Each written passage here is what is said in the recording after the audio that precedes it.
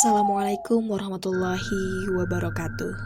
Jumpa lagi dengan saya Ayu Sri Wahyuni dalam kisah mistis. Dimanapun kalian berada, semoga selalu diberikan perlindungan oleh Allah Subhanahu wa Ta'ala dan diberikan kesehatan serta diberikan kemudahan dalam setiap aktivitasnya. Saya akan membacakan sebuah cerita mistis dari Siti Husniyah.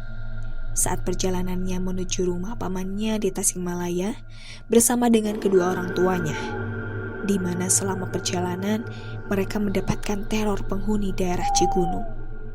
Penasaran dengan kelanjutan ceritanya? Mari kita mulai.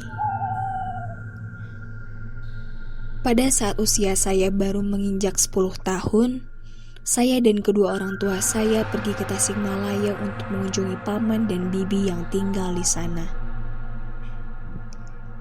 Kami berangkat saat sore hari dengan membawa satu karung buah pepaya pesanannya.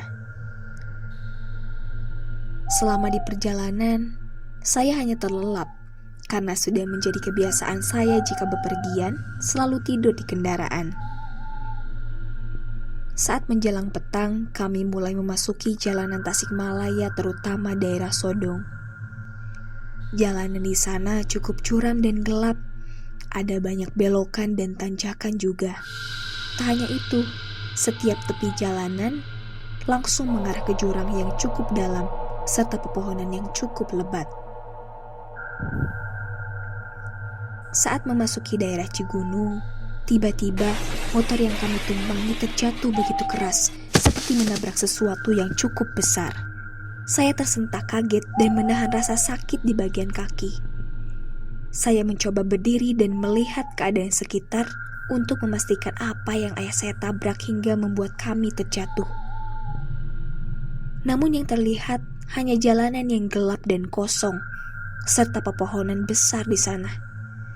Tidak ada kendaraan lain selain hanya kendaraan yang kita tumpangi, bahkan lampu jalan pun tidak ada.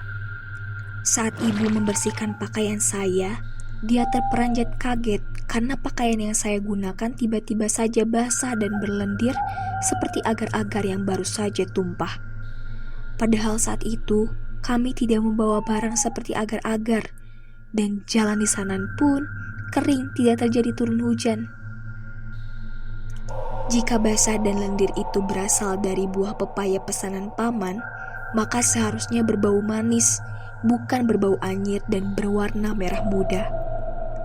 Ayah saya yang mengetahui hal itu langsung segera menghidupkan kendaraan motornya dan segera membawa kami pergi dari tempat kejadian. Setelah sampai di tempat tujuan, tiba-tiba pakaian yang saya gunakan semakin basah dan bertambah banyak lendirnya. Paman yang telah menyambut kami pun merasa aneh karena pakaian yang saya gunakan cukup basah seperti terkena hujan. Maka dari itu, paman langsung membawa saya ke hadapannya dan membacakan doa di atas kepala. Setelah selesai membacakan doa, bibi langsung membawa saya untuk segera mengganti pakaian dan istirahat. Saat akan tidur, tiba-tiba di atas kasur terdapat ular berwarna hitam putih. Saya pikir ular itu berasal dari sungai yang jaraknya tak jauh dari rumah.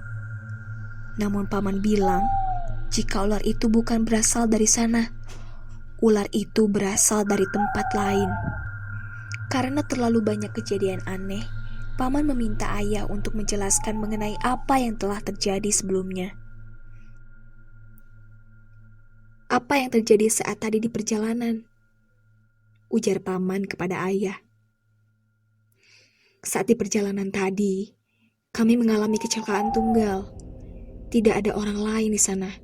Tapi kendaraan yang saya gunakan tiba-tiba terjatuh begitu saja setelah menabrak sesuatu, kata ayah kepada paman. Di mana kamu mengalami hal itu? Apakah di daerah Cigunung? Tanya paman kepada ayah.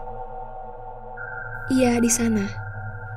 Jalanannya terlalu gelap untuk dilewati karena kurangnya pencahayaan dan jalanan yang menanjak, jawab ayah.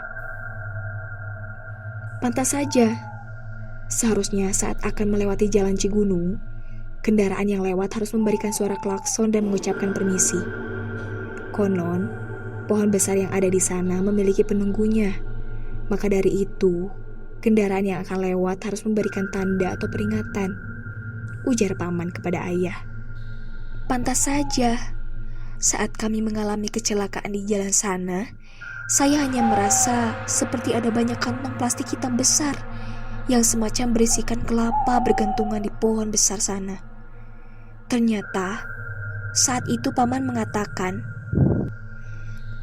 pada zaman kolonial Belanda, korban-korban di sana dipenggal dan menyimpan kepala itu di atas ranting-ranting pohon besar di sana. Namun, semenjak kejadian itu, mereka justru menjadi penunggu di sana dalam keadaan kepala buntung. Maka dari itu, saat melewati jalan, kita harus memperbanyak doa, juga memberikan tanda klakson saat akan lewat dan berusaha untuk tidak pergi ke daerah sana saat malam hari.